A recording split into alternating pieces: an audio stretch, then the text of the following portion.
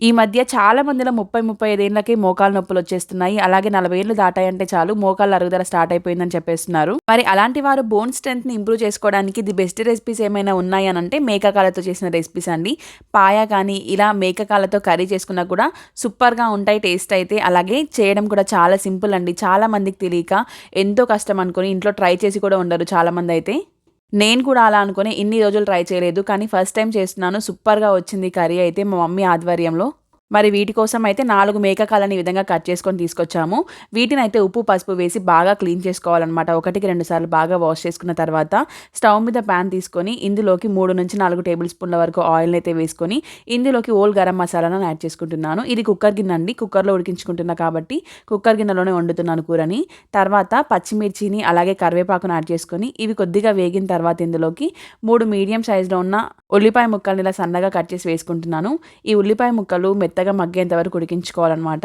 ఈ ఉల్లిపాయలు ఇలా మెత్తగా మగ్గిన తర్వాత ఇందులోకి 1 టేబుల్ స్పూన్ వరకు అల్లం వెల్లుల్లి పేస్ట్‌ని అలాగే పావు టీ స్పూన్ వరకు పసుపును కూడా యాడ్ చేసుకొని మొత్తం అంతా కూడా ఒకసారి బాగా కలుపుకొని అల్లం వెల్లుల్లి పేస్ట్ అనేది బాగా వేయించుకోవాలండి. ఏ నాన్ వెజ్ కర్రీ అయినా వెజ్ కర్రీలోకైనా సరే అల్లం వెల్లుల్లి పేస్ట్ బాగా వేగితేనే ఆ కర్రీకి మంచి టేస్ట్ వస్తుంది.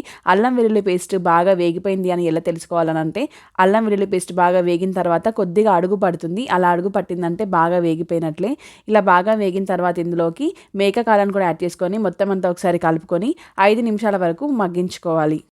ఇలా 5 నిమిషాల తర్వాత ఇందులోకి 3 టీ స్పూన్ల వరకు కారాన్ని, రుచికి తగినంత ఉప్పుని, 1 టేబుల్ స్పూన్ వరకు ధనియాల పొడిని కూడా యాడ్ చేసుకొని మొత్తం అంతా ఒకసారి కలుపుకొని మూత పెట్టేసి 10 నిమిషాల పాటు మంటని మీడియం ఫ్లేమ్‌లో ఉంచేసుకొని మధ్య మధ్యలో కలుపుకుంటూ ఉండాలండి. మూత పెట్టి ఉడికించుకోవాలి. మనం నార్మల్‌గా మటన్‌లో నుంచి, చికెన్‌లో నుంచి వచ్చినట్లుగా వాటర్ ఈ మేక కాళ్ళలో నుంచి ఎక్కువగా ఊరదు కాబట్టి మధ్య మధ్యలో కలుపుకుంటూ ఉండాలి. లేదంటే అడుగు పట్టేస్తుంది ఈజీగా. ఇలా ఒక 10-12 నిమిషాల పాటు మంచిగా ఉడికించుకున్న తర్వాత ఇందులోకి పెద్ద నిమ్మకాయ సైజ్ అంత చింతపండు నుంచి తీసిన వాటర్‌ని యాడ్ చేసుకోవాలన్నమాట. ఈ వాటర్‌ని ఎంత తీసుకుంటాము అనన్నది మీ ఇష్టాన్ని బట్టి అడ్జస్ట్ చేసుకోండి చింతపండు వాటర్‌ని.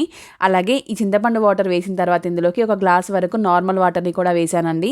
ఈ మటన్‌లోకి నేనైతే హాఫ్ లీటర్ వరకు వాటర్‌నైతే వేసుకున్నాను. వాటర్ అనేది మీ ఇష్టాన్ని బట్టి అడ్జస్ట్ చేసుకోండి. అలాగే కొద్దిగా సాల్ట్ పడుతుందనిపించి సాల్ట్ అలాగే కొత్తిమీరని వేసుకొని 7 విజిల్స్ వరకు ఉడికించాననమాట. ఇలా 7 విజిల్స్ పాటు మీడియం ఫ్లేమ్‌లో ఉంచి ఉడికించిన తర్వాత ముక్క అయితే చాలా బాగా ఉడికిపోయిందండి. కానీ గ్రేవీ కన్సిస్టెన్సీ కొద్దిగా పల్చగా ఉంది. మీరు కావాలి అని అనుకుంటే సూప్ లాగా తాగాలి అని అనుకుంటే ఇలా కూడా తీసుకోవచ్చు. నేను కొద్దిగా గ్రేవీ లాగా చేయాలి అని అనుకుంటున్నాను కాబట్టి మంటని హై ఫ్లేమ్‌లో ఉంచి ఇందులోకి కొద్దిగంత కొబ్బరి పొడిని అలాగే కొద్దిగా చిటికెడు గరం మసాలా పౌడర్‌ని అలాగే కొత్తిమీరని సన్నగా కట్ చేసుకున్నది కూడా వేసుకొని ఒక 10 నిమిషాల పాటు హై ఫ్లేమ్‌లో బాగా మరిగించుకున్నాను. ఇక్కడ చూపిస్తున్నాను చూడండి ముక్క అయితే పర్ఫెక్ట్‌గా ఉడికిపోయింది. ఈ పాయాన్ని ఉడికించడానికి మీరు వాటర్ అయితే కుక్కర్‌లోకి ఖచ్చితంగా మటన్ మునిగేంత వరకు వేసుకోవాలండి. ఆ తర్వాత ఒక గ్లాస్ యాడ్ చేసుకుంటారా, ఇంకా ఎక్కువ యాడ్ చేసుకుంటారా మీ ఇష్టాన్ని బట్టి అడ్జస్ట్ చేసుకోండి. ఎందుకంటే కొంతమందికి గ్రేవీ పల్చగా ఉంటే నచ్చుతుంది, కొంతమందికి గ్రేవీ చిక్కగా ఉంటే నచ్చుతుంది కాబట్టి మీ ఇష్టానికి తగినట్లుగా యాడ్ చేసుకోండి.